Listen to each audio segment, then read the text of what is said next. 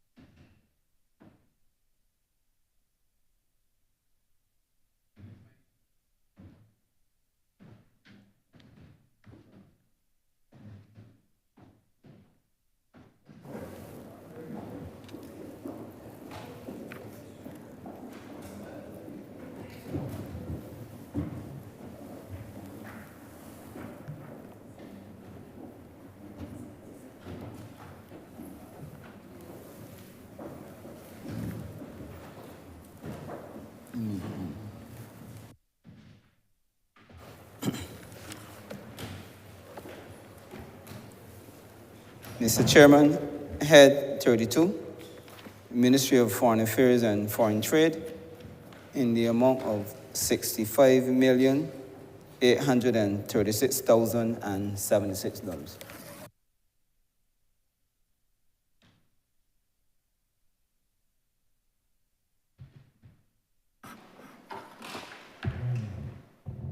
Honourable Minister, you may proceed with your opening remarks for 10 minutes.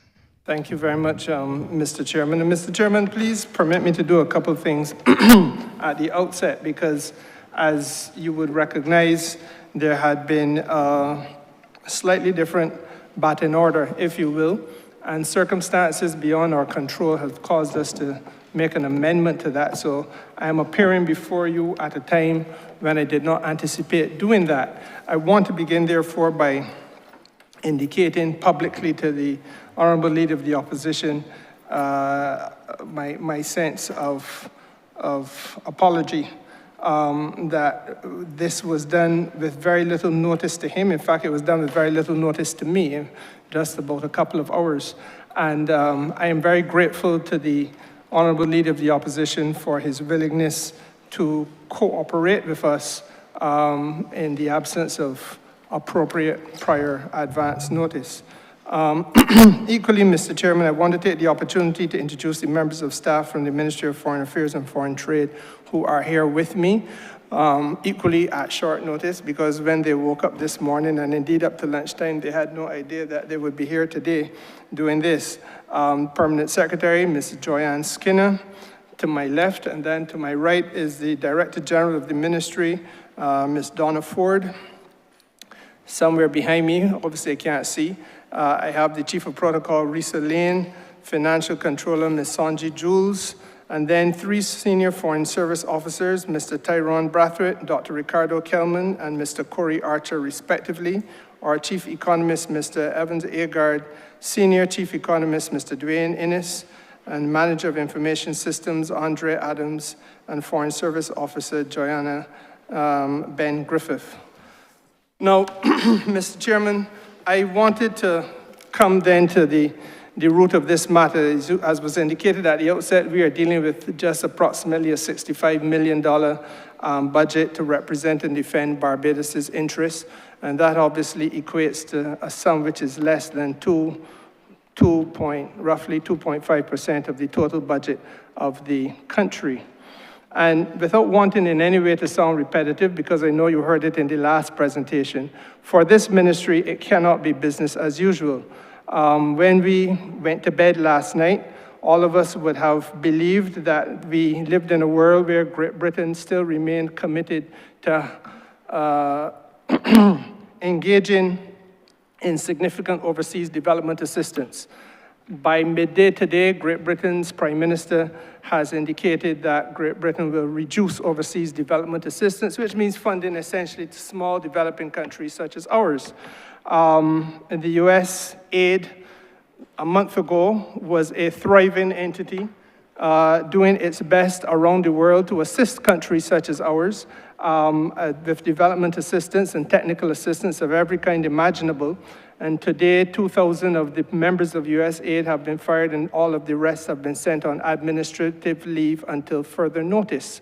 So that there has been a lightning fast change in what we understood to be our reality in terms of our relationship with the rest of the world.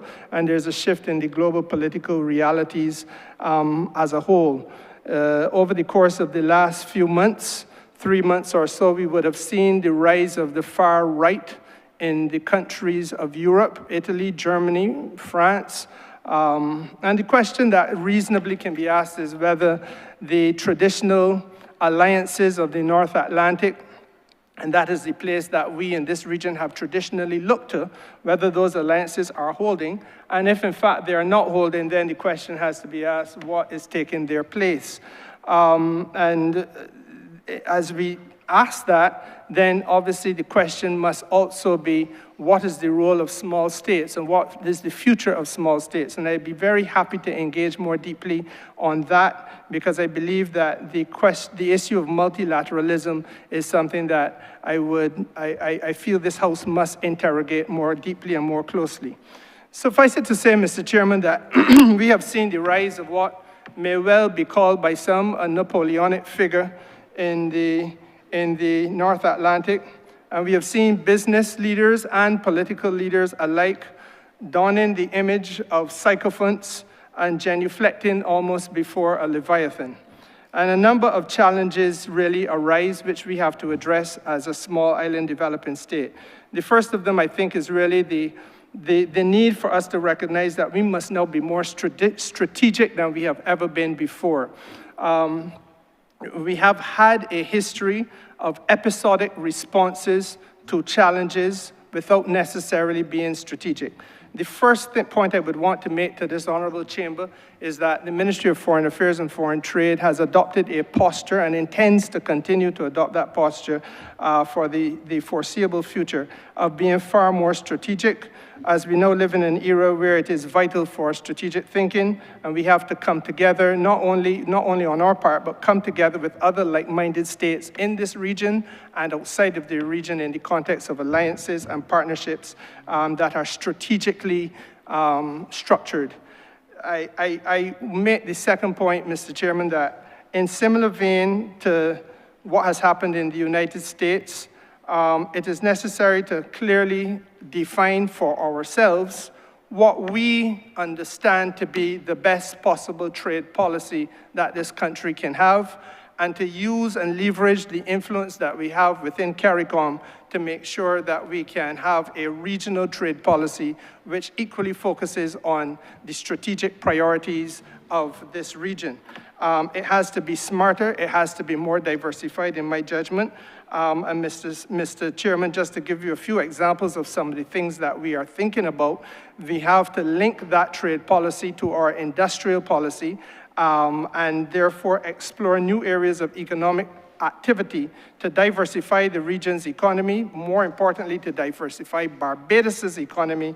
I'm happy to engage more deeply with that with some of my colleagues on some areas such as pharma, life sciences, data management. These are areas where I think, Mr. Chairman, we have a wealth of opportunity. I'm mindful, sir, that you only gave me 10 minutes. I'm not sure how long I spoke thus far. If you just give me some guidance, I'm at 6. And I don't want to go beyond 10 because that means I give a gift of gab to the Honourable Leader of the Opposition. And I know that he does not just want to talk. I know he wants to ask questions, and I want to engage with him. Because it is very important, sir, that this matter be one in which the two sides of the House can hopefully come to not contention, but a meeting of minds.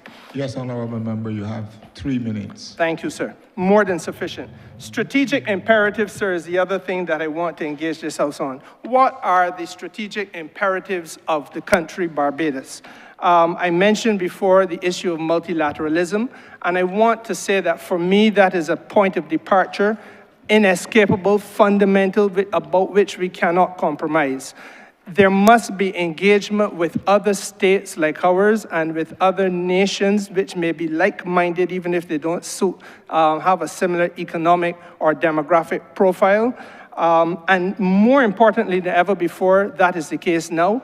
You may have seen over the weekend, sir, the news that came out that there's an entity in the United States called the Heritage Foundation, which has persuaded as many as 8 or 10 Republican congressmen and women to support a piece of legislation in the United States Congress, which is now calling for the defunding of the United Nations, which drives a stake through the heart of the multilateral process. These are things, sir, that I think it is important for small states like ours, which would otherwise be rendered voiceless if we don't have that multilateral framework to function within, to make our presence felt. There has to be an extension, therefore, of our diplomatic influence in this regard, and of course, the thought leadership and regional alliance building, which Barbados has been at the center of for all these years. And last, but by no means least, sir, I think that we have to be very focused, again, as I mentioned, thought leadership, on the issue of how we confront existential threats. And we know them because we have debated them in this House. We have debated climate financing. We have debated the question of climate justice. We have debated the future of the maritime space, the fishing industry, illegal, unregulated, unreported fishing, which is a matter near and dear to my friend, the Honourable Member for Christchurch West Central, public health governance, sir. We know the existential threats. And again, I am at the disposal of the House to have dialogue on these matters so that we could have a further illumination of the thoughts of the, at a policy level of the ministry. I'm obliged to you, Mr. Chairman. Thank you, Honourable Member. Mr. Chairman, I would like to take the opportunity to move that head 32 stand part.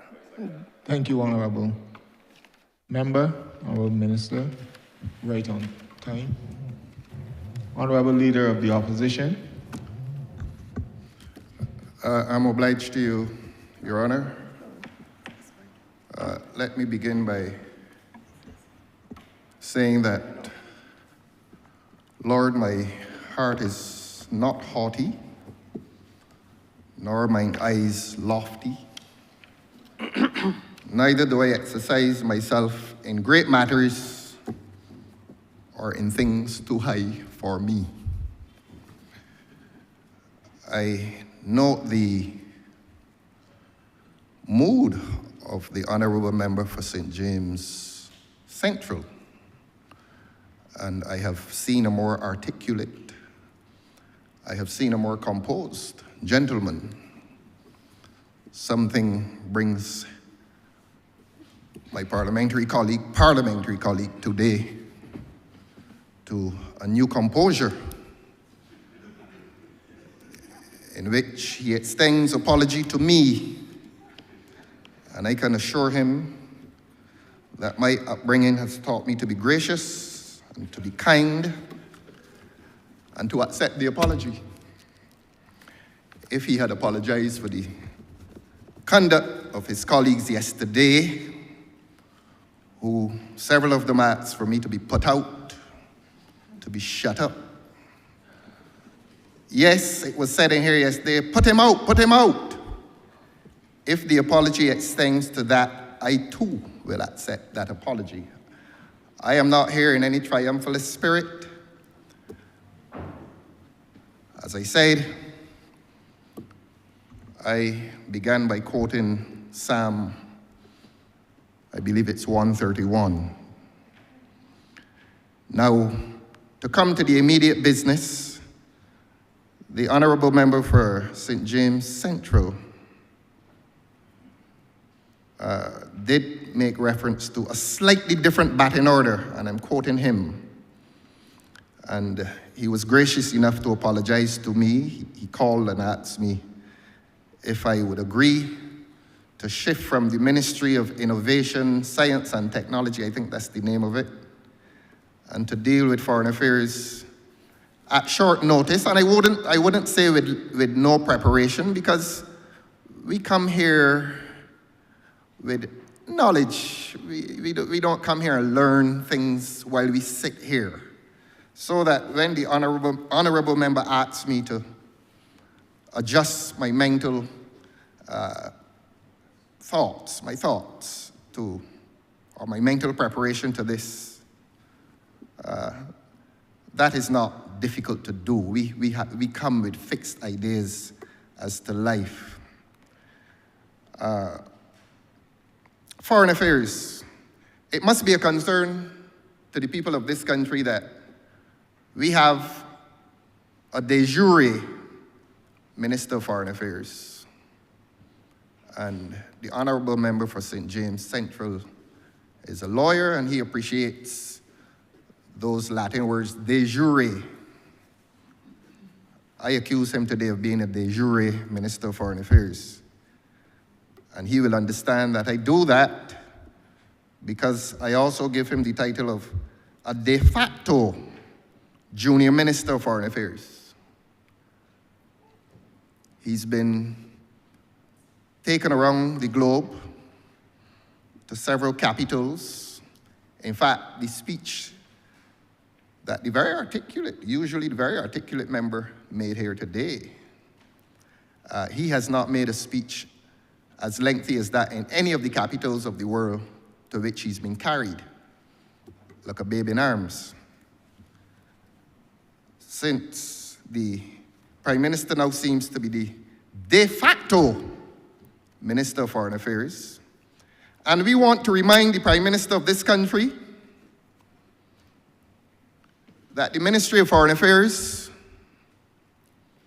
is not an office to conduct a personal political crusade across the globe.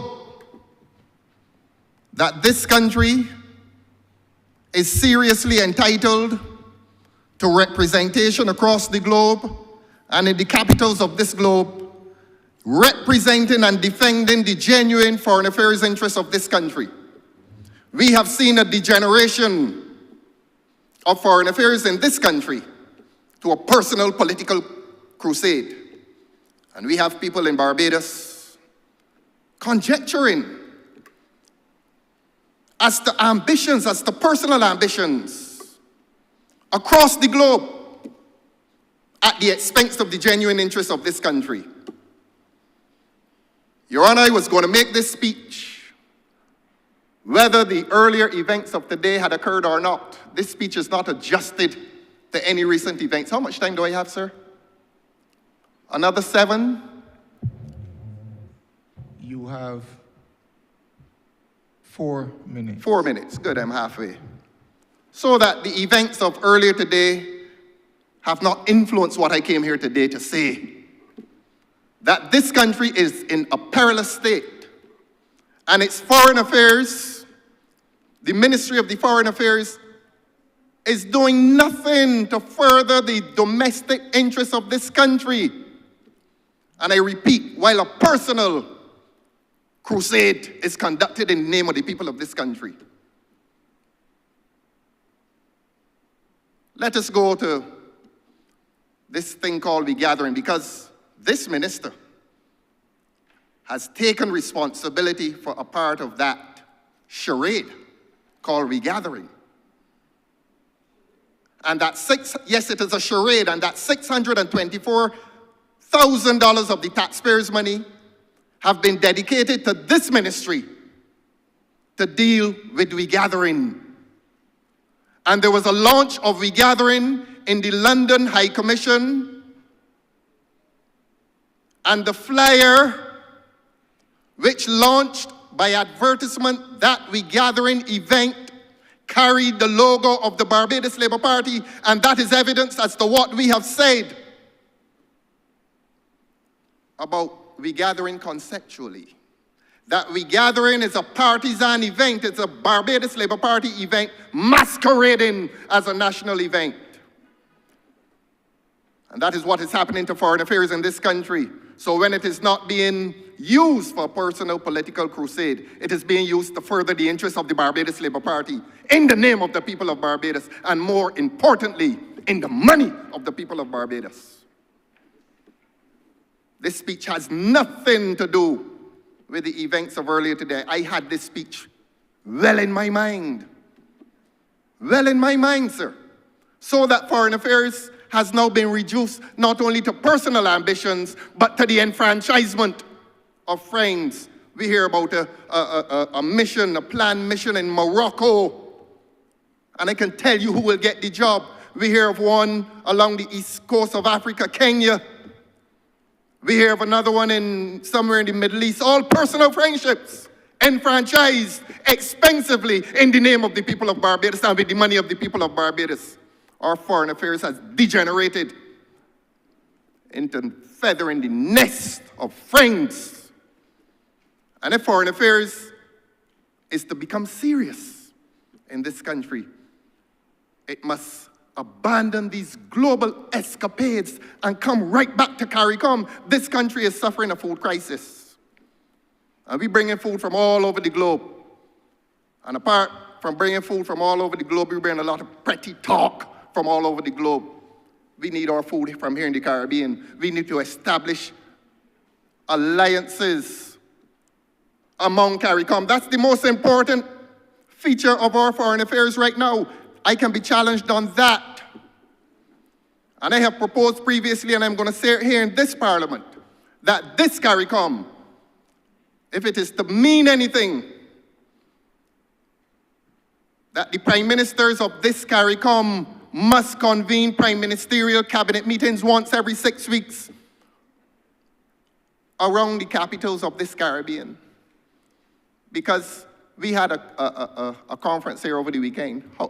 It has not registered in the consciousness of Barbadians because Barbadians and the people of the Caribbean are not taking CARICOM as seriously as they used to. They're not taking it as seriously as they ought to because there's a personal political crusade which is being conducted at the expense of serious foreign affairs in this country. I have so much to ask this minister.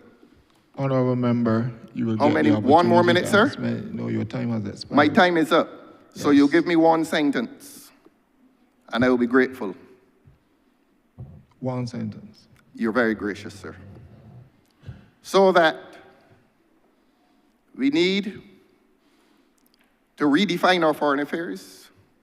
We need to find once again the essence of our foreign affairs. We need to understand our relationship with the rest of the world, and most importantly, we need to redefine, reestablish, and understand our relationship with this CARICOM. Your Honor, I am obliged to you. Thank you.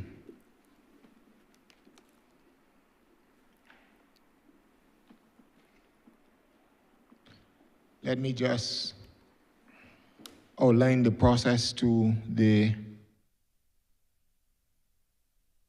officers of the ministry, as I'm quite sure that those other honorable members of the House are quite aware of the process as this is now our third head that we are discussing.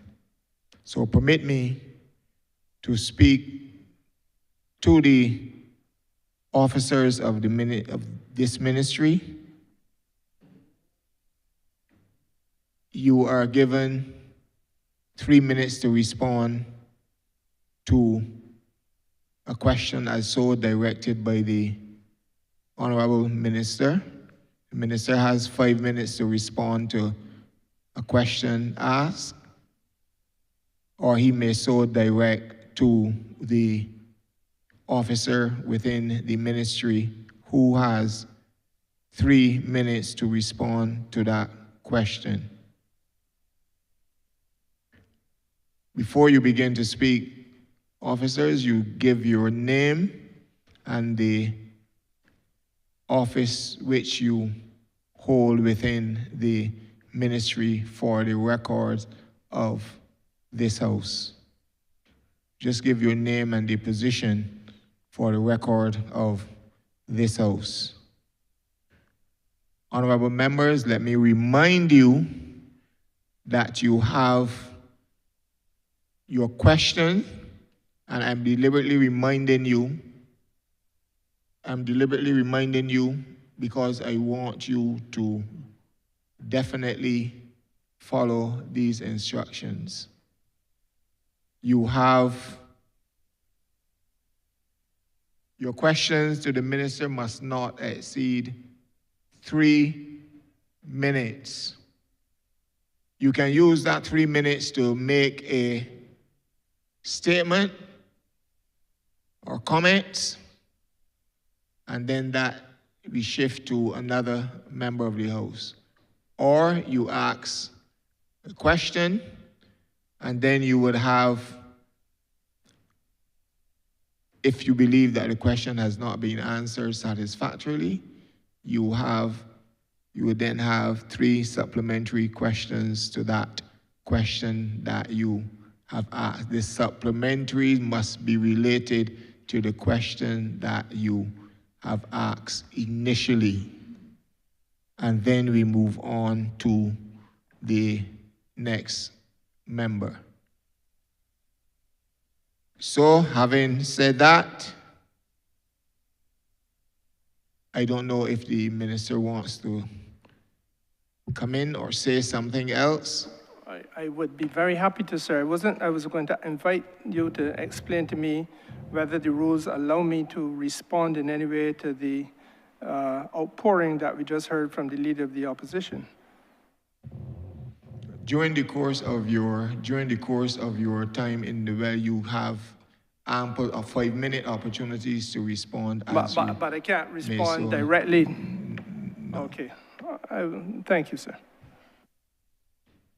So we move to Honourable Member for Christchurch East. Mr. Chairman, thank you. I might be able to assist my friend in the well in some way, because like him, I was slightly confused at the apparent disjointed ramblings of the Honourable Leader of the Opposition. But I did manage to glean, if I sifted hard enough and searched hard enough for some sense to what was being said, that there was some question about the role of the new missions and about our diplomatic policy in terms of expanding our international footprint and brand recognition through missions and through new missions. So I don't know, Minister, if you would be able to explain what provisions are being made for new missions, and what is the philosophy that is governing the establishment of these missions, and what do we hope to achieve by them. That might be a good starting point for you.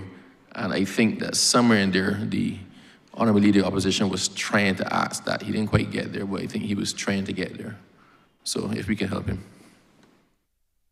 Thank you very much, Honourable Member. Honourable members, Mr. Chairman, let me say to you that the expansion of missions abroad has absolutely nothing to do with any individual in government or any ambition of any individual in government. It really is about making sure that Barbados's diplomatic footprint is now felt around the world. Why do we wish to do that? We wish to do that for the simple reason that the entire ecosystem of foreign affairs has changed. When we were children, Mr. Chairman, you and I, when the leader of the opposition was a boy, he and I would have grown up in a Barbados where we could look to the United Kingdom, and that there was a sense in the United Kingdom of a feeling of some responsibility. Perhaps it was a moral shame about the slavery and colonial experience. I do not know, but there was a willingness to partner. I began this afternoon by making the point that Sir Keir Starmer, the Prime Minister of England, today has cut overseas development assistance. What does that mean? It means that we are forced even more to paddle our own canoe. We know from the last few weeks that that is also the case with the United States of America. So let us not use this place as an opportunity to peddle what is really a form of deeply unfortunate petulance about a relationship between individuals. Barbados is bigger than that. This is now about a situation where all of the developing countries of the world, of the South in particular, and more important for me, this island, Barbados, and by extension, the Caribbean region, is under a degree of threat because those alliances that we thought we could traditionally rest on and hold dear are disappearing beneath our feet. And so therefore, we go back to the question of missions abroad.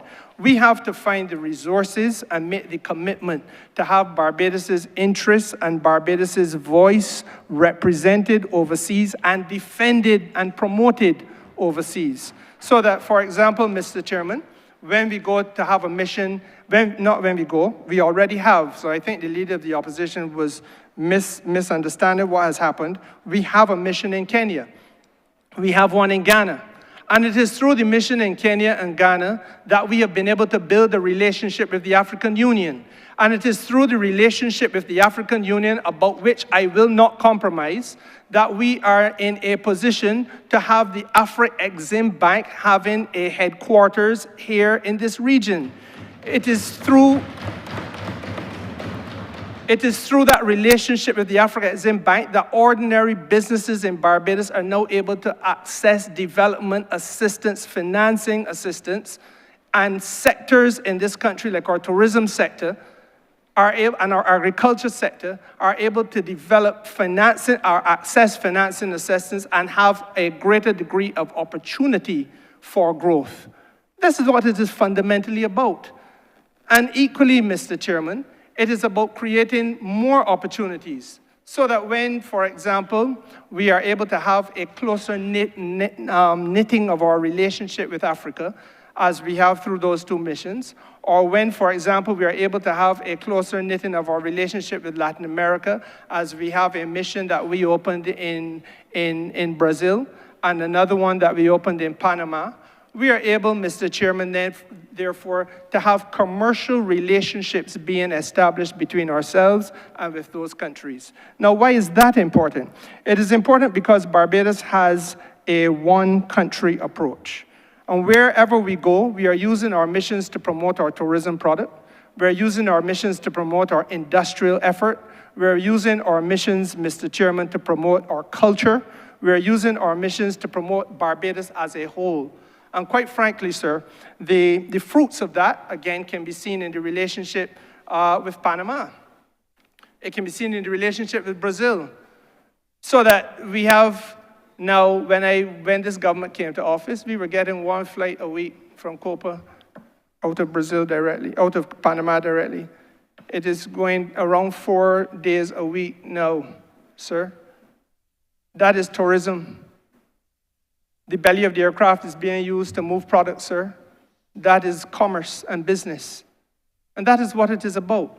So that I thank the Honourable Member for the question, and I hope that I've been able to illuminate a little bit about why it is that we are trying to fend for ourselves and why we cannot repose ourselves in a state of complacency. I hope that forevermore hereafter, Barbados will be seen as Little England, and that some paternalistic white man overseas will look friendly, cast a friendly glance in our direction and give us a little bit of aid, because we are bigger and better than that. Thank you, Minister. Now, one of the things, in keeping with the missions and the reach, one of the things that is deeply concerning to me, especially myself having the portfolio for immigration, is the recent policy position of the U.S. in relation to immigration, deportations, all that sort of thing. As you rightly observed, there seems to be a rise of the far-right groupings in many countries. What does this mean for us? What does this mean for our immigration and migrational policies and any issues that might arise therefrom? I can tell you, people keep asking me, what are we going to do? What is immigration going to do about any deportees that the U.S. might come back? My concern, I mean, we have to take our citizens if our citizens are returned to us. My concern is the lack of information that is coming and the inability to know ahead of time who is being returned and under what circumstances. So, I mean, it's a bit of a heavy load. It's my responsibility once they land in Barbados, but unfortunately for you, it's your responsibility up to that point. So I'm just wondering what is in place with Foreign Affairs to manage this, and what is the policy position of Foreign Affairs? Thank you very much, Honourable Member. Honourable Member, I again go back to the importance of the missions abroad. In the United States of America, we obviously have an ambassador who is located in Washington, D.C. We equally have a mission in Florida, in Miami, and we also have a mission in New York. There's another ambassador in the United States of America who would be dealing primarily with UN-related matters. And we can speak about UN at another point. I won't go there now.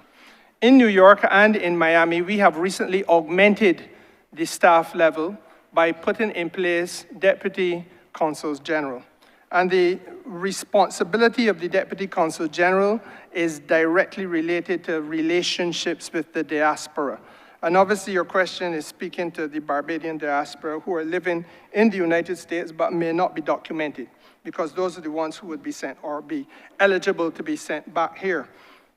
Now, Mr. Chairman, the reality is that as a responsible government, we had to recognize that, as the Honourable Member has quite rightly said, we cannot control what the policy, immigration policy of a third state will be. But what we can do is to make sure that certain basic human rights and certain basic standards of treatment are accorded to Barbadian people wheresoever and whensoever that need arises. And so therefore, sir, I have reached out personally to the ambassador and indeed to Consul General in both Miami and New York. We've held meetings on repeat occasions.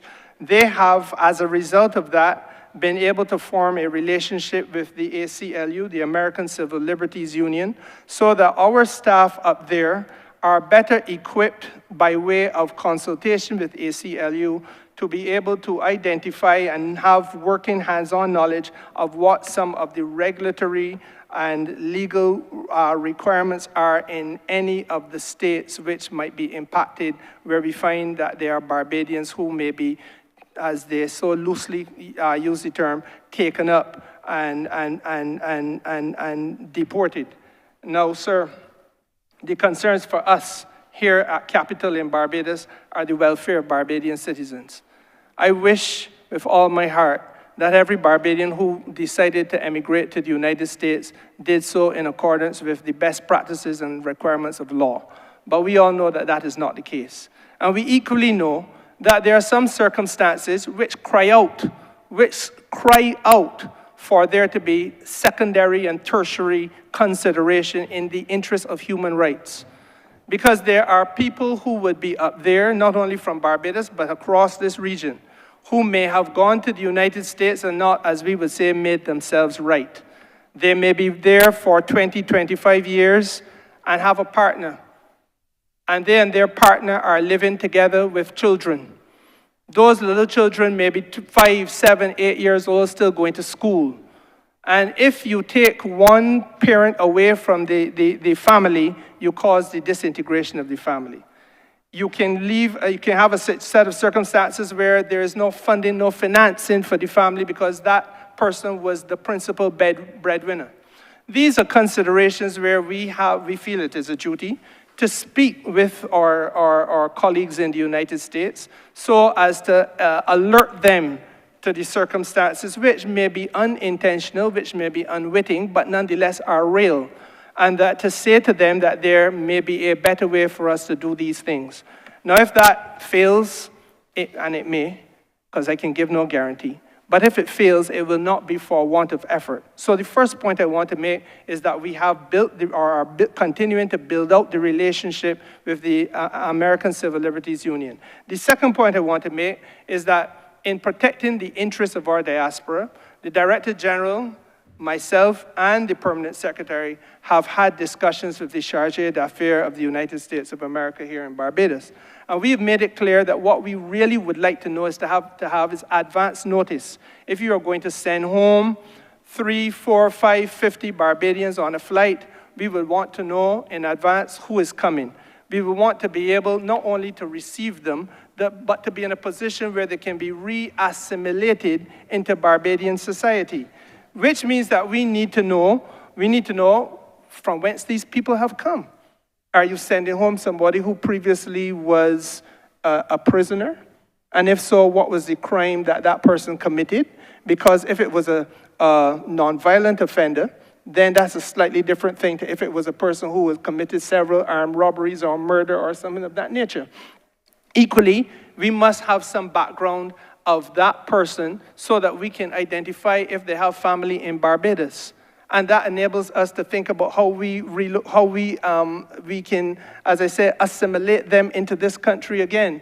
Do they have family here? In which case, can they live with their family? If, as has happened, there are people who leave here at age 2, 3 years of age, go up to another country, have never had any communication with Barbados since then, and now find themselves in a set of circumstances where they're being sent back.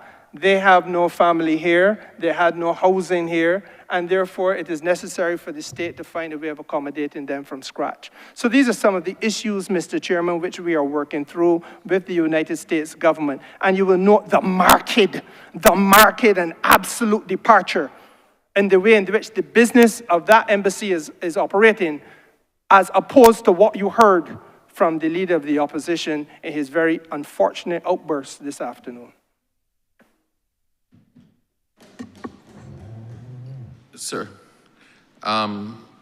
further to the statement just made by the Honourable Minister, another concern that I have, and this also is in relation to the role of the missions, is the possibility for lack of grant funding and aid that we've been seeing so much of recently. I remember that when Beryl struck, actually after Elsa as well, the US had embargoed the sale of chainsaws to the Caribbean. So you could not get a chainsaw. You couldn't get one imported. You couldn't bring in one from the States. You just couldn't get it. And that was a simple thing in the middle of hurricane season. It means a lot. We are coming up to that time of the year again, based on our vulnerabilities and what we've seen happen over the hurricane seasons, where if we do happen to have a significant climatic event, then none of us internally has the resources to pull ourselves out. So I'm just wondering, how are we positioning ourselves? What is being done through your ministry to secure for us a guarantee of assistance, especially in relation to aid and the climate crisis? There's a bit of a mouthful, but I'm sure that you could wade your way through that. I follow you, Honourable Member, and I thank you for the question. The truth is that in this world today, and this is the point of departure, and I keep on trying to underscore this, we now live in a world where there are no guarantees. I hate to have to say that, but that's the reality. And small states, as any other state now, must find a way to ensure their own survival and to paddle their own canoe. There is no doubt, and I will invite the Director General to share with you some of the areas where we have relied upon the type of assistance that you are talking about, and quite frankly, where that assistance is now at least theoretically compromised. But let me say to you that again, it comes back to the need for us to be in the capitals of other countries, and for us to broaden, as I said, Barbados's diplomatic footprint, so that Barbados's voice can be heard in other parts of the world, which I concede perhaps are not traditional for us, but are equally essential for us if it is that we want to conduct this country's business properly.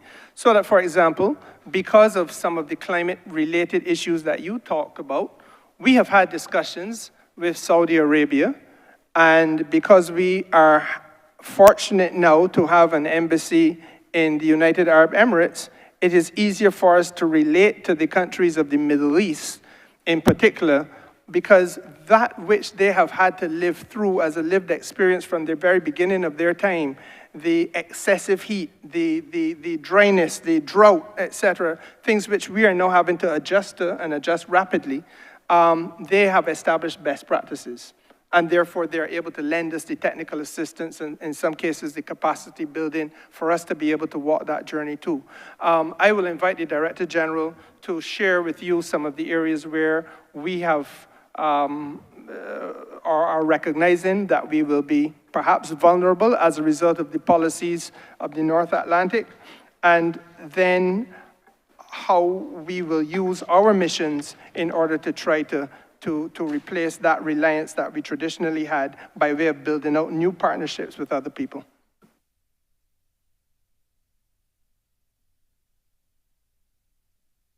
Thank you, Minister. Minister, I am Donna Ford, and I am the Director General of the Ministry of Foreign, Director General for Foreign Affairs and Foreign Trade with the Ministry of Foreign Affairs and Foreign Trade. Minister, to help to respond to the Honourable Member, some of the areas in which we had been receiving assistance from the United States are specifically in the area of national security. The United States, through a combination of the U.S. Coast Guard maritime engineers and Army communications experts, conduct quarterly technical assistance visits to the Barbados Coast Guard team. And this has provided assistance with vessel and radio communication maintenance. And that maintenance is for equipment actually provided by the US government. There has also been joint combatant command cyber assistance team support, which has been evaluating the cyber infrastructure of the Barbados Defense Force and the regional security system. The United States also conducts with the Barbados Defense Force an international military education and training program, and Barbados, the training program. And they work directly with the Barbados Defense Force to determine training requirements and program support and software. Support is also provided for the Coastal Radar Initiative and to the Caribbean Disaster and Emergency Management Agency. And presently, there's been an ongoing project to rectify the structural concerns of the SEDEMA headquarters. And this has started, and hopefully it will conclude within the 90-day period envisaged. And we are hoping that that will not be too severely affected by the US withdrawal of technical assistance. There's also been foreign military financing, a recent package used by the Defense Force to purchase new intercept vessels and for spare parts.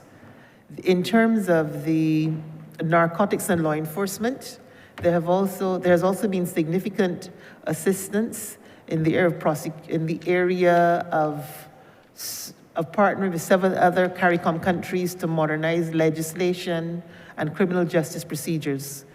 The United States has also provided support for the Digital Forensics Lab.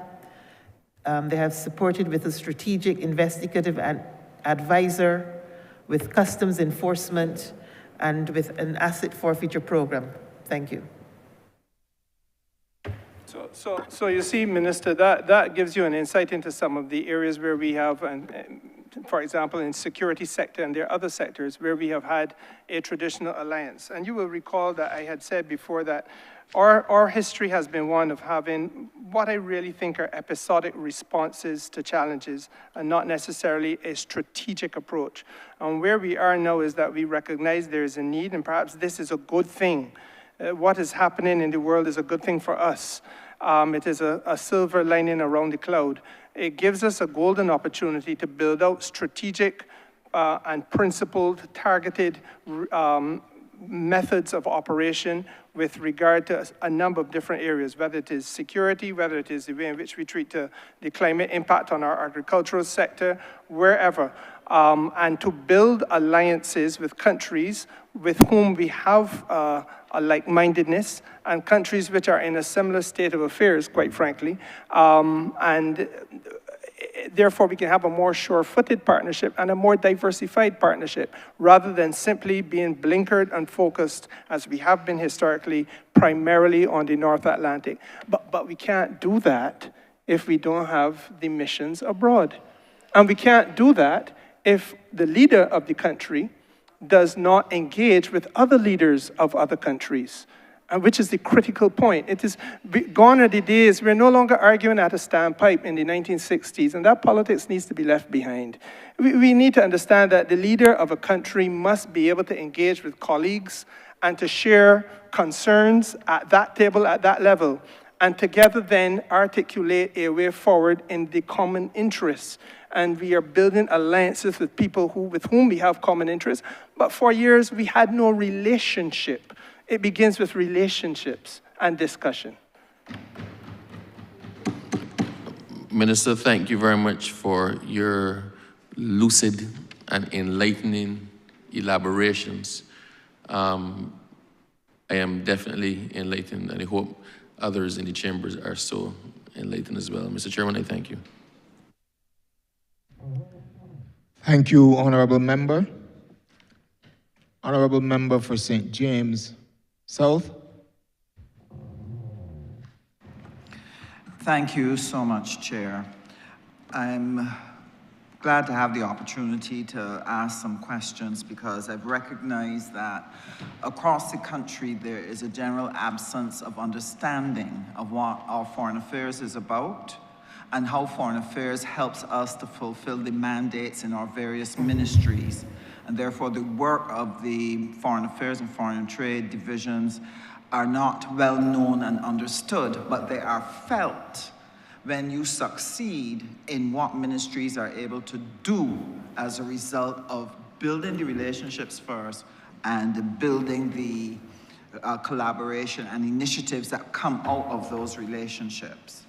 I think one of the things that is not well understood by the general public is that during the Cold War, the big developed countries of the North had good reason to support us with grants and loans and equipment and technical assistance because of the fear of our becoming communists. But with the retreat of communism off the stage as a threat to capitalism, a lot of the relationships then changed, and we saw it in the way in which they conducted foreign policy towards us, where they no longer support us with grants and loans and technical assistance in the same way. As a matter of fact, it has deteriorated to the point that if you need table and chairs for your children to sit at to eat breakfast, lunch, and dinner, they will tell you that they can't provide the table and chairs, but they'll give you a tablecloth if you get the table. And this has been a problem for us. And henceforth, Barbados had to change, and then we now have to look for money and loans to be able to provide these things in a sensible way. So I'm going to ask my questions on the various platforms in which we operate in order to secure resources and secure joint initiatives to help us achieve the things that we need for our Barbadian citizens. In the multilateral arena, we are members of the WTO, we are members of the OACP, and we have been connected, we are part of the grouping with UNCTAD. There are a number of agreements that come from out of these platforms that your team has been working assiduously on. And we are varying stages of completing those agreements, and benefits have started to flow from some of them.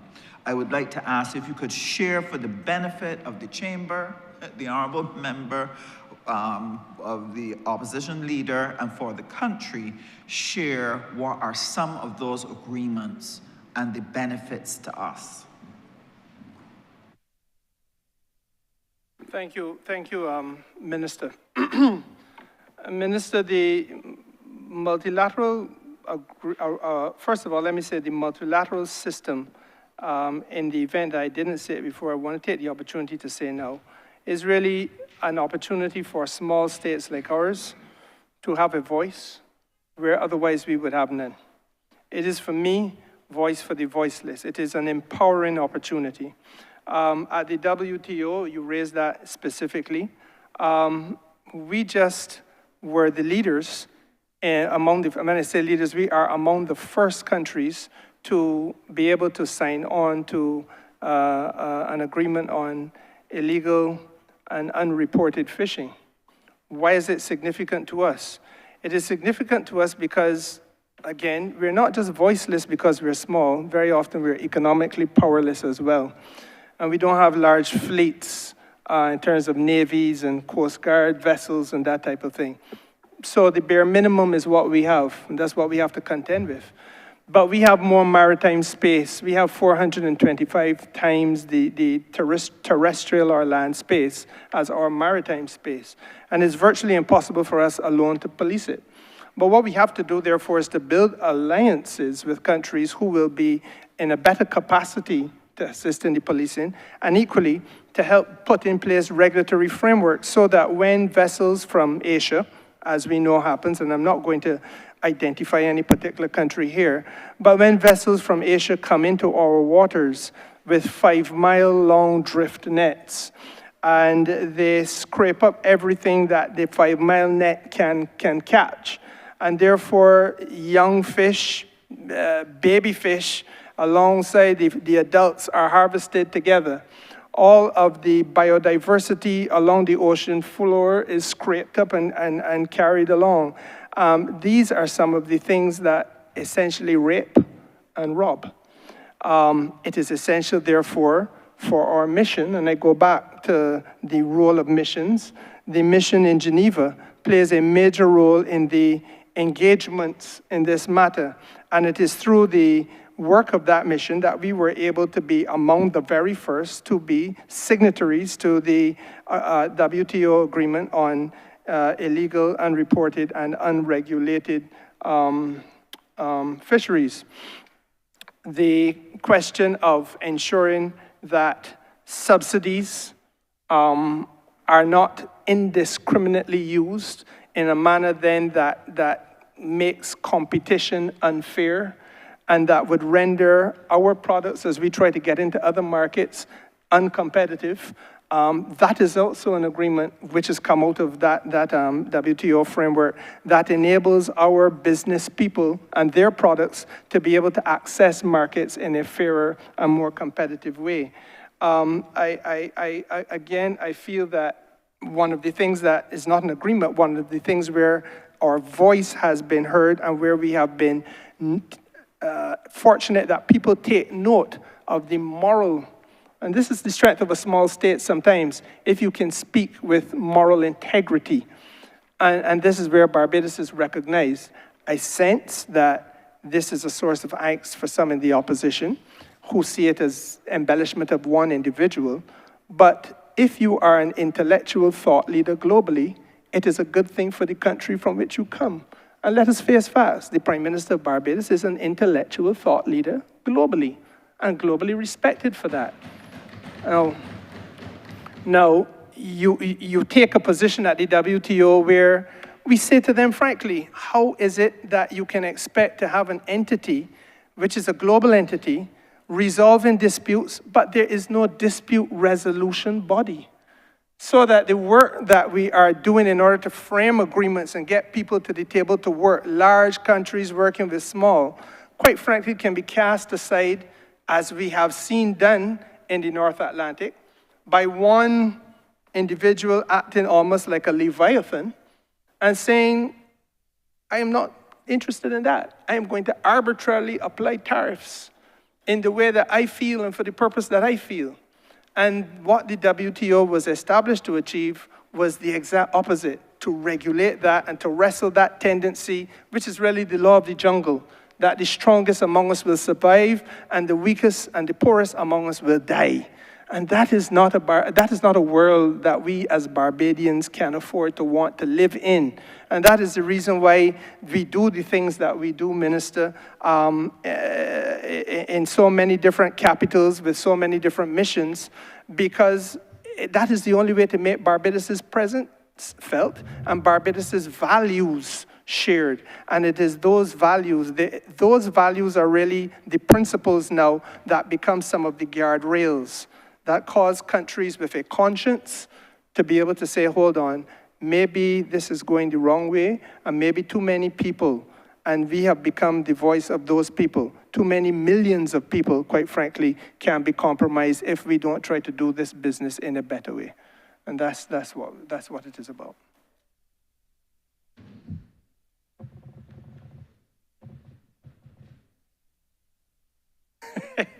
I don't know that time will allow me to go through them in one by one, but the European Union Partnership Agreement, that is another one that you've raised, Minister. And if the chair will allow me, let me say quickly that the European Union Partnership Agreement has a tremendous benefit in terms of business opportunity for us. There's a Global Gateway Initiative, which is really about allowing businesses such as those that we have to have access to the European market in a more seamless and a more improved way. I want to say, though, Mr. Chairman, if you would be so good as just to give me a couple seconds on this point. 30 seconds. We have to be very responsible as a country and as a region. It is about trade, and the Europeans are opening doors to trade. And part of what we must do is to position ourselves to be able to capitalize on this opportunity. Now, it is a sad thing to report that this region, for example, has not worked out a system of mutual accreditation either among ourselves or with the European Union. So that, what do we sell most of? We sell services. But we can't sell the services into the European Union if the service provider is trained at Cave Hill, Barbados, and it is not accredited in Brussels, or the university is not accredited somewhere in France. And so therefore, we have to make sure that the service providers who we have invested in with free education, and we beat our chest, we've done this for the young people, free secondary and free tertiary education. What does that mean if we have not taken the next step to open the doors? And that is where we are now as a government, trying to bring this about after what really has been, how long was the Democratic Labour Party in government? The Democratic Labour Party came into government after the Economic Partnership Agreement was signed in 2007. So they came in 2008, and between 2008 and 2018, absolutely nothing happened in terms of accreditation. And therefore, we come in, we are struck with COVID, we're struck with a volcano, we're struck with a whole heap of other things, and still have to wrestle this matter through in the interest of making sure that markets are accessible by the people who we invested in to give free university education to. Of course, it may be the reason why they did not do that, because they were also the ones who closed the doors of the university, or access to the university to some of these same young people.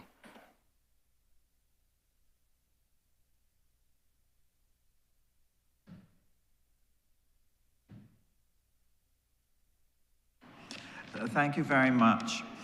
The second area of our multilateral engagement comes through our relationship with CARICOM and the Latin American space, the LAC that we are part of, the ACS, and they themselves have had relationships with the European Union through CELAC.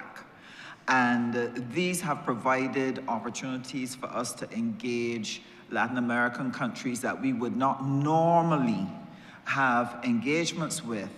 And we have found it to be extremely useful, because out of it has come our relationship with CAF and other activities that we have been able to pursue as a country, and these have been beneficial to us. So if you could share on our dynamics there and what has come out of those that benefit us and benefit the ordinary citizen in an everyday way.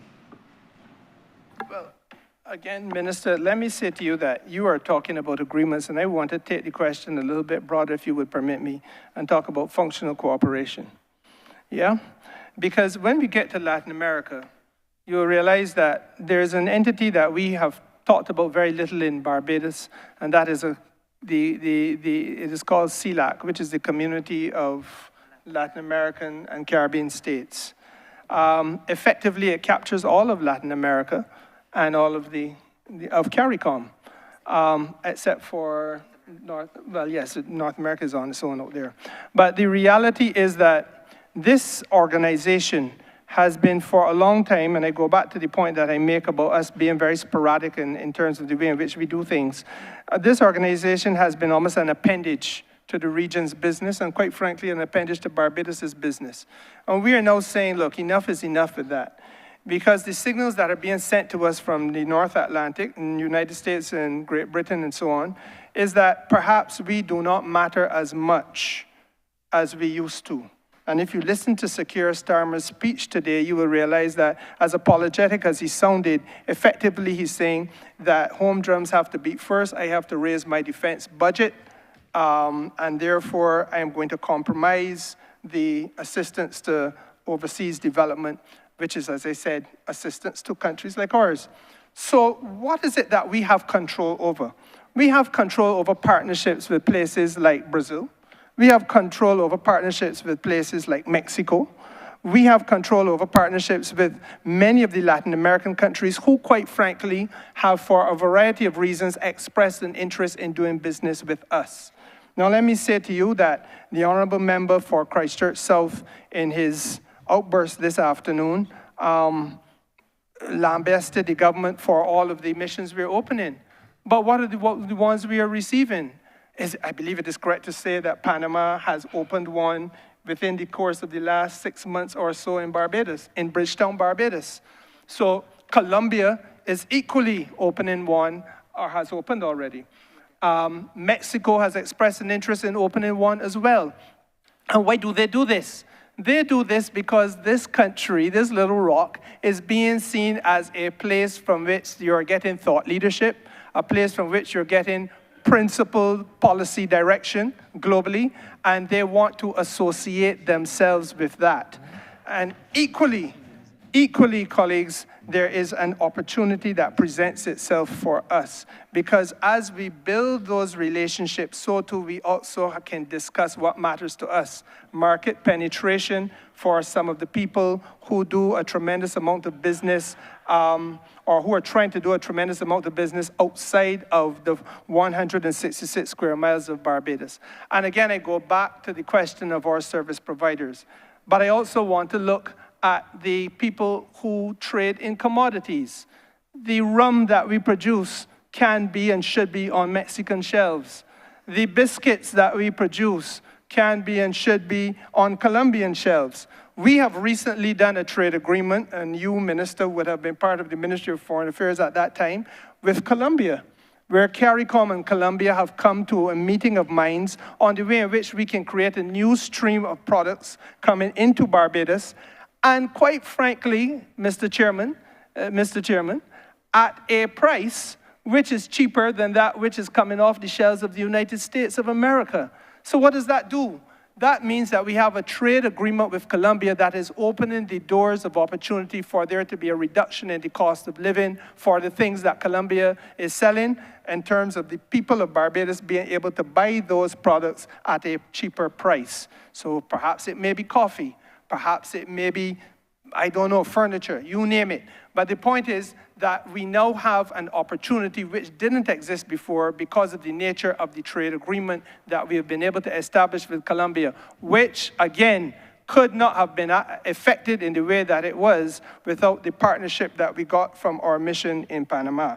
And again, I want this chamber to recognize the specious nature of the argument, because it is clear that in every case, the missions abroad are working with a view to ensuring that Barbadians get opportunities either economically or opportunities commercially to do the things that we want to do and to extend Barbados' interests and influence in other countries as we go forward. Thank you very much. Thank you for sharing what are some of the key things that we need to get from out of these broader relationships. I find that it's not perfectly understood. I myself recognize, for example, that we had wanted to expand our black belly sheep, which comes out of Ministry of Agriculture, but you had to negotiate the Brazilian link by having the ambassador there. And as a matter of fact, for the benefit of the chamber and the country, some of our black belly sheep leather was sent to Land, which is a Brazilian brand. And they made an excellent pair of shoes and a handbag that really is at a designer quality level, really a beautiful pair. And these are some of the things that we can do. I also know when we had our crisis with animal feed and the rising costs, that immediately we were able to go to a number of the CARICOM countries and other countries, and they started to grow the ingredients that we need. But that could only happen because you would have built that relationship. Now, CARICOM has been a linchpin and is part of our arsenal to be able to build relationships and improve the trade relationships. I am mindful of the fact that we talk about the slow pace at which CARICOM is moving, but we are failing to look back to see that we have been putting things in place little by little, and that a lot of these things have become extremely helpful, whether facilitating trade, facilitating movement of people, or cooperating on joint initiatives that help us to serve the needs of our people better. If you could share with the Chamber and with the country, coming out of CARICOM, what are some of the things that have been put in place, and what are some of the benefits that we have derived as a result of it? And we would also appreciate hearing a little of the things coming out of the last heads of government. I know those were some exciting results. Thank you very much, Minister. And Minister, let me say to you that your reference to the Southern Caribbean, the Latin American continent, and by extension, CARICOM, is very relevant. And it is relevant because increasingly what we have to do, and we've talked for a long time again about this, we've talked about diversification of the Barbados economy, but we've done very little about it. And you're not going to diversify the Barbados economy just simply by within the 166 square miles of Barbados, but equally you're going to have to look at the relationships and the trading relationships which we're able to build out with countries who are in our neighborhood. Now, frankly, and again, apparently it is a bad thing, but I don't see the mischief in it, but the Prime Minister of Barbados has been able to build a relationship with the President of Guyana. I do not know what is bad about that, especially when the relationship has come to a point where the two of them are then able to build a relationship with the President of Suriname. And so that you have now a triangle within which Barbados can see agricultural produce coming from Suriname or Guyana, coming into Barbados, and we do the things that we have traditionally done well, but quite frankly could not do at scale because of the small land size that Barbados has. So you get agricultural produce from a vast acreage or hectareage, whatever, in Guyana and in Suriname. It comes into Barbados and it is passed through a food terminal where value added is done by us. When we do the value added, we can market it, we package it, all the blast freezing and so on that might be necessary. And we use the infrastructure that we have at Grantley Adams International Airport and the hard-fought, hard-won capacity that we have up there, where we have on any given day of the week at least one flight going directly from here to Canada, but there are none going from Guyana to Canada. We have, on any given day of the week, perhaps more than 12 flights going directly from Barbados to London. We have, on any given day of the week, flights going to the United States at multiple ports. And so therefore, we're able to use the belly of the aircraft to carry to Barbadians living in the diaspora, whether they be in Canada, England, or the United States, produce which is from this region, which they know, which they can relate to. The yams, the cassava, the edders, the plantain, etc., etc. No, Honourable Member, I do not see the mischief in that.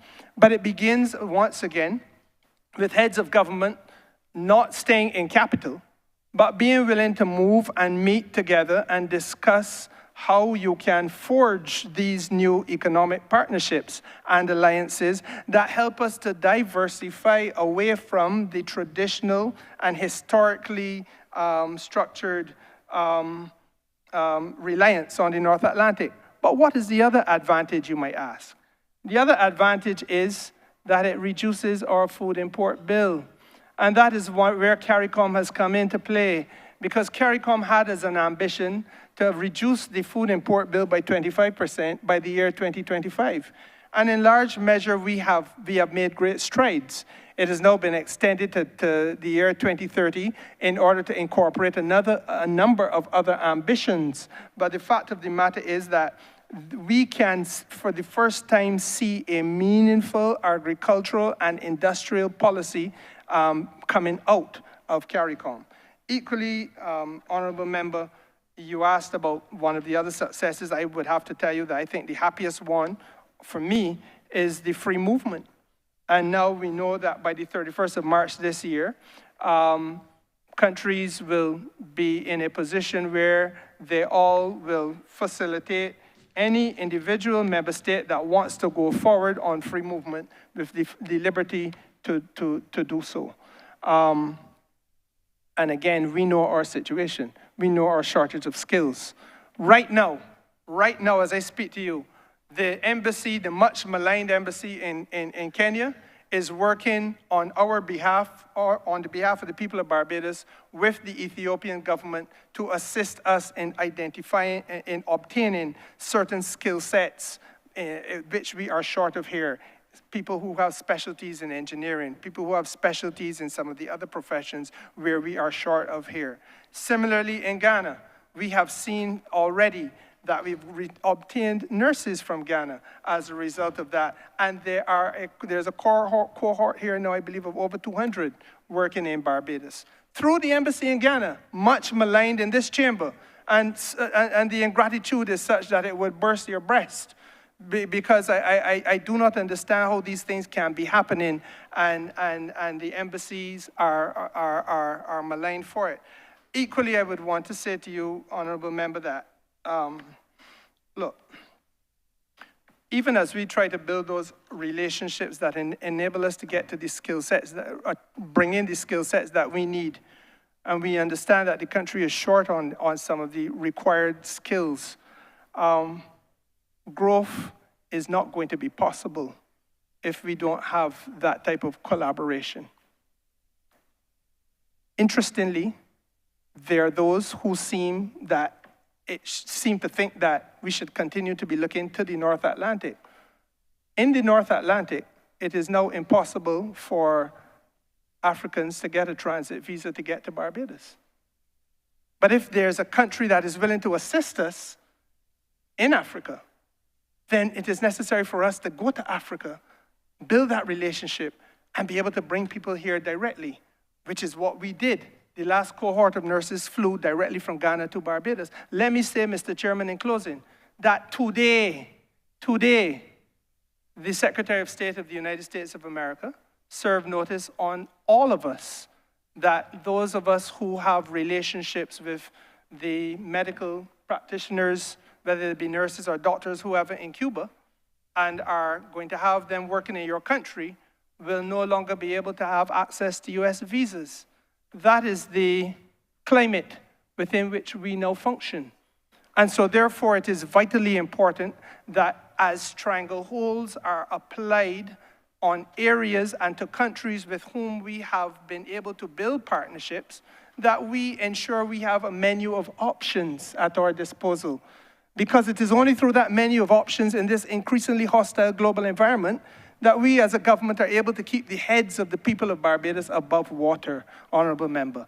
And that is why I will not resile from the position that I have taken. It is a certain amount of sorrow I feel that the Honourable Member, who is the Leader of the Opposition, does not share the progressive views of this government on these matters. I want to sincerely thank you, Honourable Member. I know that the travel has been extremely demanding on you and the team and on the Prime Minister, but I've always understood that in foreign affairs and foreign trade, if you are not sitting at the table, then you will be put on the menu and people will eat you for lunch. You have to be there to dialogue, to discuss, to advocate, to defend yourself. And that because of our increased presence internationally, we have seen with Morocco assistance with fertilizer that we did not have before. India has been helping us with and donating $1 million annually to help us with certain things here in Barbados. Right now we're discussing with Germany the issue of helping us with TechVoc education. But why did these things happen? Because of the travel of you and the Prime Minister to these capitals, building the relationships, and then being able to say, can we collaborate on X or Y? And the country is now the beneficiary of it. I want to thank you for the time that I was in Foreign Affairs and Foreign Trade. I saw the benefit, the change in how people regarded Barbados and listened to us as a result of the tremendous work that you all have done in building those relationships by going out and seeking personal relationships with people so that you have a pathway to advance the needs of Barbadians. So let me thank all of you. I know you work very hard and we appreciate the results that you have been able to create for us.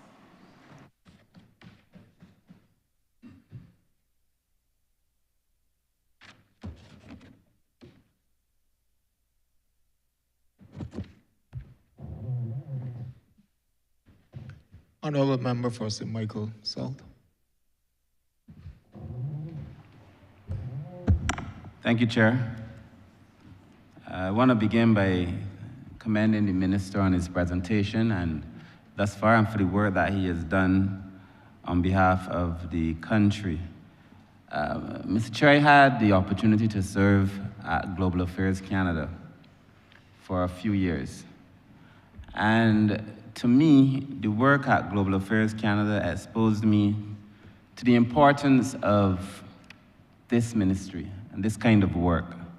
It is regrettable that other people don't necessarily see the relation between this most important ministry and the international undertakings that the minister and his team must pursue. But in fact, I see this ministry almost as equal in terms of bread and butter affairs for the country, in as much as I see my own ministry. And I say so conscious of the fact that the world is changing, and we now find ourselves with changes in the great United States of America, and positions being taken on matters that perhaps may have consequences for us in the region. And I speak specifically of what some have labeled as a tariff war, but certainly the US imposing tariffs on imports on some countries, including China, including Mexico, including Canada, and the retaliation by those countries as well in some cases. And I'm just wondering, Minister, what do you think are the implications of the imposition of these tariffs and the consequential responses by the other countries? What does that, or what could Barbadians expect to have to experience as a consequence of this tariff war, so labeled by the international news media? Thank you very much, Minister. Minister, I'm going to begin to answer your question by reference to the point made by the honourable member who preceded you. You referenced the bread and butter affairs, and frankly, Minister, again, it is about being able to attract to this country people who are of like mind. We at CARICOM heads just now, for example, were able to sign a $75 million financing agreement between CARICOM and CAF, and that was for cultural and heritage tourism development. And I begin there by saying that we can't do that type of thing unless we are building partnerships outside of the ordinary space that we are in. More specifically to the question you asked about the tariff war, again, I see it in the context of opportunity. What we are seeing in the United States is a product of a thing called Project 2025. Project 2025 was not necessarily written for this president. It was written for whosoever was the Republican to emerge as the presidential candidate and ultimately the president of the United States. But it is a clearly defined strategy. What we need is equally a clearly defined strategy. With respect to trade with the North Atlantic, I said here, I believe it may have been last year or year before, that there's a certain lethargy, and perhaps I shouldn't use that word, maybe I should say a complacency, that had crept into the way in which administration of these matters took place over the last, let us say, 15 years or so. And it is something that must, in my judgment, be wrestled to the ground. You are very familiar with Canada, Minister. The Canadian government gifted to CARICOM a thing called CaribCan. It is an arrangement which is preferential so that we are treated better than anybody else.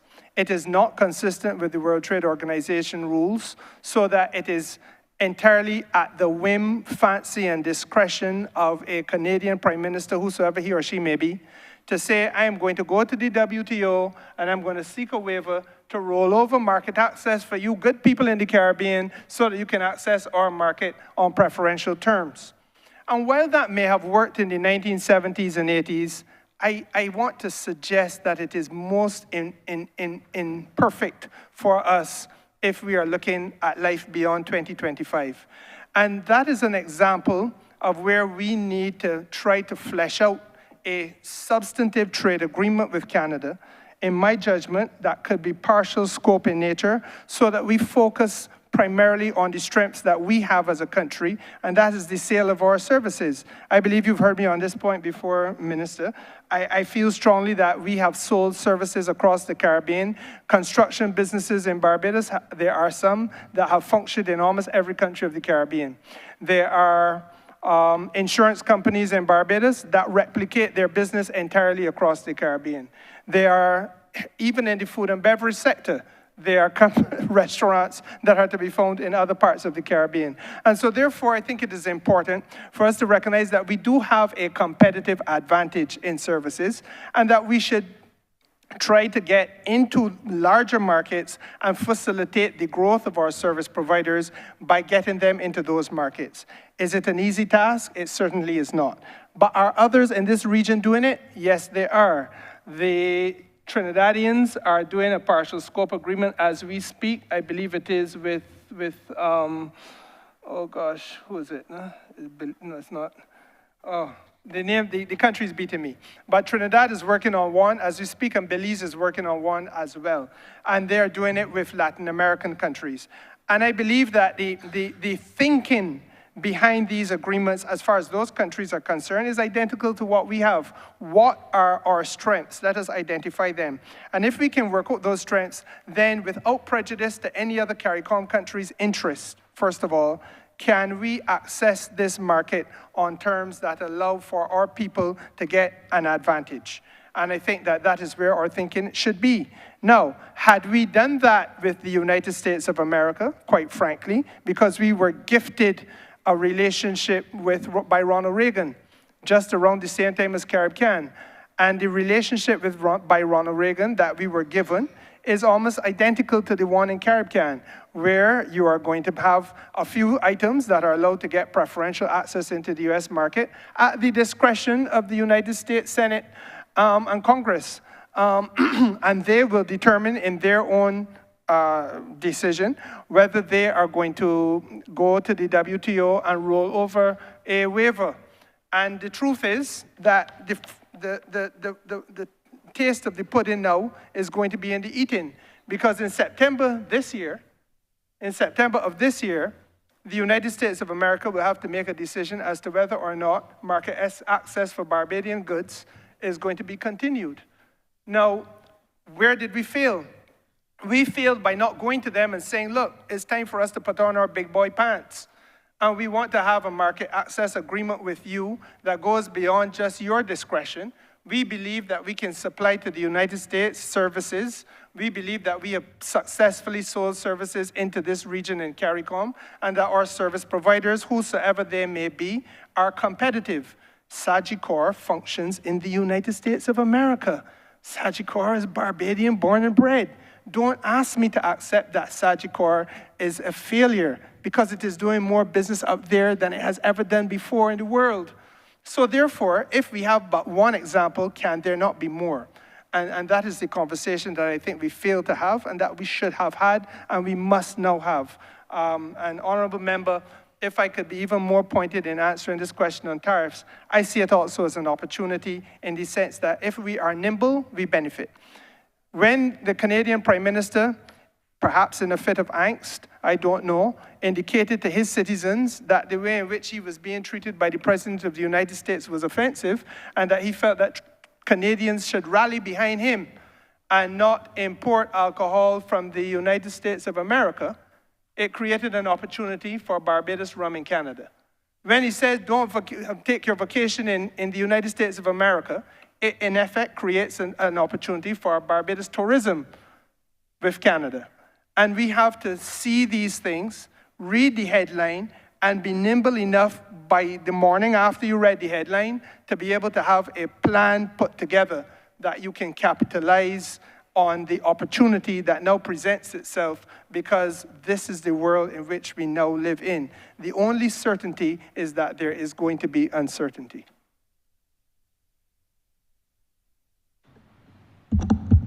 Thank you, Minister. Thank you for that actually very detailed and thorough response. In keeping with my theme on the importance of people, Honourable Member, and I've also heard the opening comments of the Leader of the Opposition, but Honourable Member, the importance of CARICOM, I think that we have to spend some time talking about how important CARICOM is. And, you know, I recall studying the Treaty of Chaguaramas as a student, but we didn't come into contact with CARICOM and CARICOM issues on the street previously. I recall when the revised Treaty of Chaguaramas was signed, I think around 2001, the contact that I came into relationship with that was actually from the former Prime Minister asking you, yourself then, to come and have a conversation with some young, up-and-coming upstarts like myself around the importance of the revised Treaty of Chaguaramas. I think it is a total error for any person, particularly anyone in this room, to associate a people's excitement about an issue with the importance of that issue. And therefore, I would wish you to tell us in your words why you think CARICOM remains important and what possible benefits would redound to Barbados and the region from the recent CARICOM meeting that apparently did not stir enough excitement in the mind of some.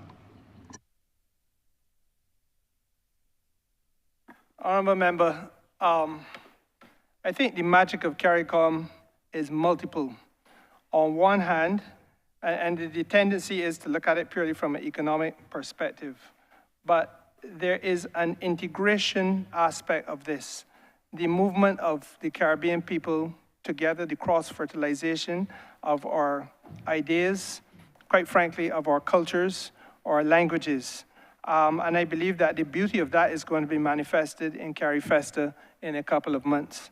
I sincerely feel that, again, one of the good things that we have been able to do is to broaden the base of what is now called CARICOM. And for those who are critical of it, perhaps they should ask themselves, why is it that we began as an association of, 14, 15 states? Today we are at 21. And we have just brought in, just finalized from our end, Martinique's inclusion in CARICOM, and all that awaits is now for the French government to do those things that the French government must do. And Guadeloupe is also knocking on our door. French Guyana is also knocking on our door. So it suggests to me that while there are critics in the crowd, and there will always be, I suppose, there are obviously a number of countries out there who see some benefit to being part of this association. Now, what does the association do? You have a common external tariff so that the goods that are produced inside of that common external tariff, the countries of CARICOM, are able to trade with each other against a protective tariff wall that allows for external goods that would otherwise come in and swamp us and destroy our small or fledgling or developing businesses, that they now must be rendered more, less competitive against our own goods. And that is an important thing because it allows for a tariff to do what a tariff really is intended to do, ensure that there is the opportunity for developing business to develop. There's also the fact that CARICOM has done is part of a best practice or recognized global best practice, where disadvantaged countries and disadvantaged regions and disadvantaged sectors within countries are able to get a special and different type of treatment because of the fact that they are facing circumstances which are difficult, which are perhaps injurious economically, and basically, as the Prime Minister says, sometimes you need a little fiscal space, a little elbow room. And that is one of the good things about this region and the arrangements that we have within the region. Honourable Member, if I had to go further, I would say to you that perhaps some of the advantages in CARICOM is in what it is seen to be but has not yet become. And you know, there was an ambition at one point to have a parliament in the same way that the Europeans have their parliament. And that the function of that parliament was to be able to bring to bear at high level some scrutiny and some interrogation of the challenges that are facing us collectively as small states, and to try to carve out collective solutions.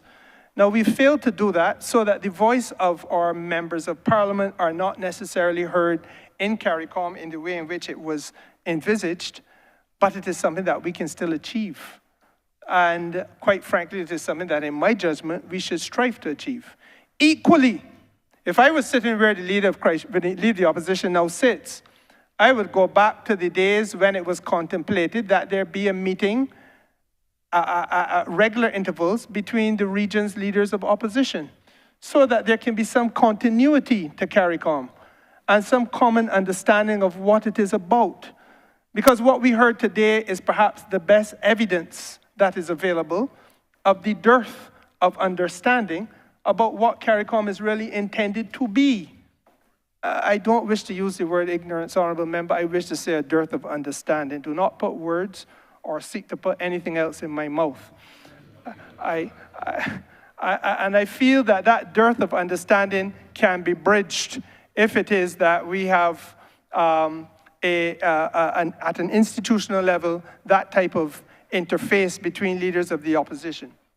And frankly, it takes us to a better level of governance because of the fact that you have an interface then between what those in opposition would seek to have implemented, and quite frankly, where there may be a limitation of perspective, as happens from time to time in government, you are given a fresher and a different perspective and a different lens through which to see the development of the region.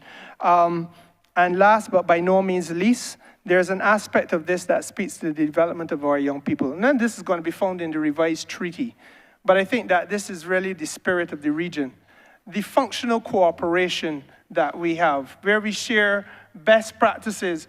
Which is the country that has the best cancer treatment policy? How can that be shared and mirrored and replicated across the region? What country is doing best in education at primary and secondary level, and how can that be replicated? Those functional cooperation things are absolutely critical. As we go forward, obviously, we are going to have integration and deeper integration, free movement, and that is going to come certainly by way of people having access to education, having access to healthcare, especially primary and secondary education, and it becomes a question of capacity as you go forward. But what is the message that this all sends to our young people? How do we involve our young people in this so that they can lift their gaze towards the future and say that this region offers some hope by way of an institution that is relevant? And again, I believe that part of what was intended and what we have not done but must now do is to make sure that we have as part not only of the heads meetings, but part of the regular meetings at different levels of organs of CARICOM, whether it's COTED or COSOD or whatever, that you get some of the country's sixth formers and fifth formers to participate in the same way that we have gotten the business people to come and sit down at the table, the private sector people come and sit down in a COTED meeting, because they must see the region's governance system unfold. And it is relevant in the same way that it is relevant when we see a school send a delegation here to sit upstairs there and in the visitors gallery and watch the Barbados Parliament at work. That is how we reinvest in the future. That we are not doing it, for me, is a sad thing. Is it something that we can correct? Yes, I believe it is. But when you go back and read Havelock Brewster and all of those who were in the early, Norman Gervin, and all those people who were in the early stages looking at this, this was the type of institution that they contemplated then. And there's still room for us to achieve it now. And Chair, my third question, my supplementary question, keeping on the theme of people. And I'm doing this, Minister, deliberately because I feel that people have to understand that there is a direct relationship between what the Ministry of Foreign Affairs is involved in and the lives of ordinary Barbadians. And in that vein, Chair and Minister, I would have brought to this Parliament legislation pertaining to children. We are finalizing legislation pertaining to the elderly. This Parliament approved legislation pertaining to persons with disabilities. We are also working on legislation and policies related to the advancement of the rights of women and other gender issues. And I think it's important, Minister, particularly considering that when we brought those bills, in many cases, though the primary work of the ministry is always going to be for the people on the ground, the average Barbadian, their lives, the things that we concern ourselves about, there is an international component. We commit to a lot of international treaties. And I'm just asking you, Honourable Minister, what are you doing? What is the team doing? What is the ministry doing in relation to protecting the rights of these ordinary persons, these vulnerable persons, children, the elderly, women, and so on the international stage? What are you doing to defend, what is the ministry doing to defend the most vulnerable persons who are Barbadian, but indeed in the world? Because I do believe that this ministry, now more so than ever, has a world voice. And we cannot take for granted that in the last few years, the country has a larger voice. And so how are we using that voice to be able to advocate and to protect the rights of the most vulnerable? Honourable Member, this is a very good question, and the truth of the matter is there are many dimensions to our response. We have recently gone to secure Professor Eugene Barataw's leadership, the Committee for Elimination of Violence Against Women, Discrimination Against Women. And this is done because, as you say, we are trying to lend global voice to imperatives, and we see that as an imperative in Barbados. Equally, on the question of what I had called before some of the global imperatives, this country would have hosted a public hearing on the advisory and securing an advisory opinion on the climate emergency. Perhaps the title is a little bit more technical than that, but it is the Inter-American Court of Human Rights, which met here in Barbados at that hearing. I'm happy that the leader of the opposition accepted my invitation to attend, and perhaps in more gracious spirit then than he was this evening, but he did attend, and the judgment on that matter is pending and should be available very shortly. And in similar vein, we participated, I myself went to the Hague to do the hearing on climate justice as a human rights crisis. And that decision is due in in the summer of this year. But honorable member, I think that, as I said, there are many dimensions to the way in which we are treating to these issues. Perhaps the most important is the effort to build out in this country, and I've recently taken the paper to Cabinet and secured Cabinet's blessing to go forward, a Paris Principles compliant national human rights institution and an accompanying mechanism for ensuring the implementation of human rights in Barbados. Now, again, I think we have been very flippant in this country about human rights and the way in which you treat to human rights. And it is important that leadership is given to this matter. I believe, honorable member, that all of us grew up in Barbados, and we have heard people speak, and perhaps we may all be guilty of it to some extent, speak very loosely and indifferently about persons who are disabled, differently abled, speak very loosely about same-sex gender relationships. And there are those who today will defy you as to whether that is a matter of human rights. But the fact of the matter is that globally, this is how it is seen. And we have to take strong positions. I have said in this place before, and I will say now, it is not, none of us have an entitlement to cherry pick which human right we are going to support or which human right we are not going to support. And one form of discrimination is as vulgar and distasteful as any other form of discrimination against another human being. And we are all shaped in a crucible where we came through a racist and classist society to have emerged to the point where Barbados is now. Not that all the racism dead, or that all the class distinctions and so on are dead, but the fact is we have gone through that crucible as a country.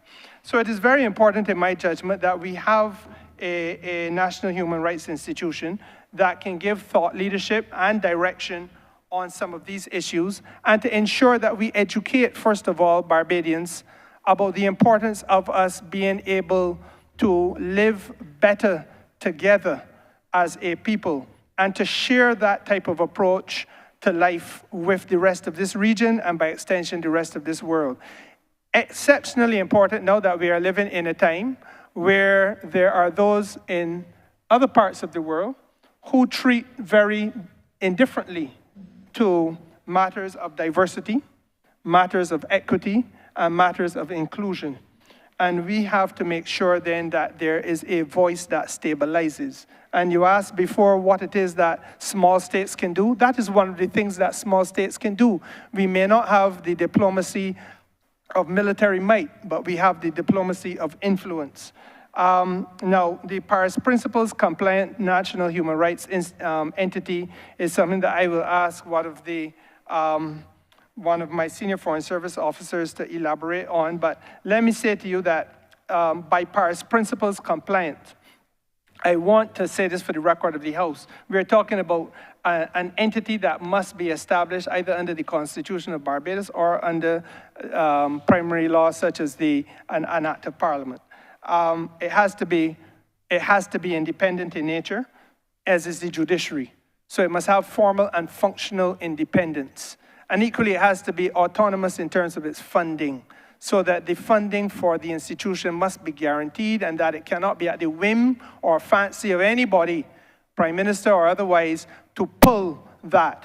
And obviously, if this Prime Minister currently has presided over the passage through Cabinet, then it has the imprimatur and blessing of this Prime Minister. But I do not know that if there was a change of government, who would succeed her. And we have seen rampant chaos being displayed by others, of whom only one is represented in this Parliament.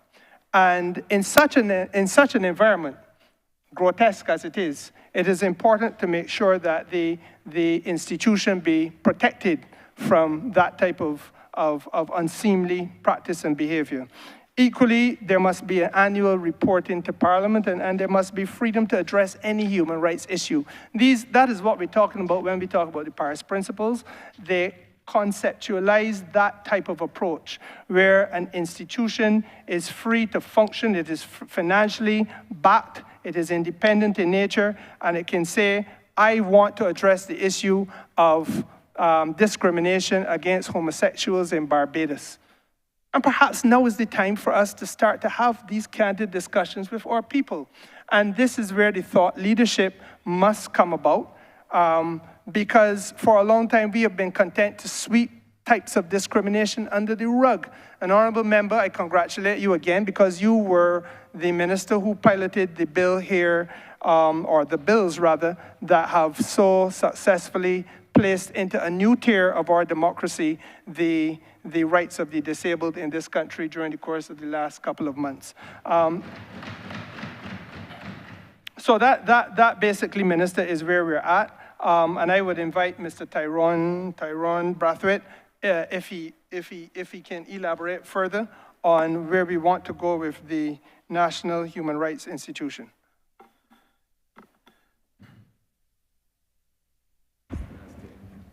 Thank you, Minister. My name is Tyrone Brathwaite. I'm Senior Foreign Service Officer, currently overseeing the Human Rights and Multilateral Relations Desk at the Foreign Ministry. Minister, I don't know that there's much that can be added to what you have put forward to the Honourable House this evening concerning the NHRI, but just the National Human Rights Institution, that is. But just to indicate that the establishment of the Institute forms part and parcel of Barbados fulfilling its commitments or undertakings made under the broader framework of the Universal Periodic Review under the UN Human Rights Council, that each member state of the United Nations system undergoes on a cyclical basis every 4 years. And the first period, we're into our fourth cycle now, the first having been in sometime back in 2008, I believe. And over the course of the 4 cycles of the review, Barbados has consistently acceded or assented to the recommendations coming from its peers at the international level that the establishment of a National Human Rights Institution form part and parcel of global best practices in the area of the promotion and protection of human rights globally. So the move that has been made is within that framework and in keeping with commitments already made at the international level and following international best practices. That is about as much as I could add to the Minister's exposition of the matter. Thank you. Thank you very much, SFSO Brathwaite. An honourable member, Mr. Chairman, I don't know that there's anything I could usefully add to the question. Thank you very much, Chair, and thank you very much, Honourable Minister. Honourable Leader of Government Business. Thank you, Mr. Chair. I beg to move that you do now report progress to His Honour the Speaker and beg leave to sit again. The question is that they do now report progress to His Honour the Speaker and beg for leave to sit again. All honourable members in favour, say aye. Honourable members against, say no. Methinks the ayes have it.